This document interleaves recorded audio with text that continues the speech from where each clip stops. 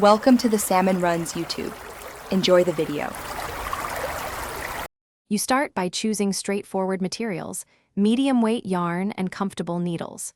Once chosen, make a slip knot and long tail cast on 20 to 30 stitches so you have a manageable swatch.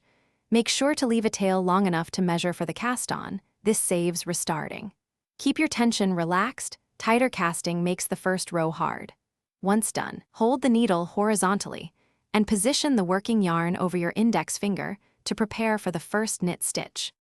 Now you build fabric by learning the knit and purl.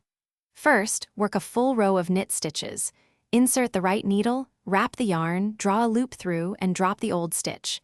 Make sure to keep the working yarn behind. This creates the knit side. Once comfortable, switch to purl where the yarn comes to the front and you wrap toward you. Practice alternating rows to form stockinette and reverse stockinette, so you understand how tension and stitch orientation change the look. To finish, bind off to secure stitches. Knit 2, then lift the first over the second and repeat across the row until one stitch remains. Cut the yarn and pull through.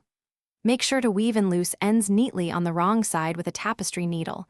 That prevents unraveling. Once complete, give your piece a gentle block if the fiber allows, steam or wet block to even stitches and square edges.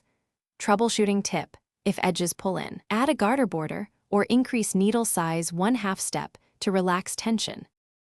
Thanks for watching. Consider subscribing if we helped you.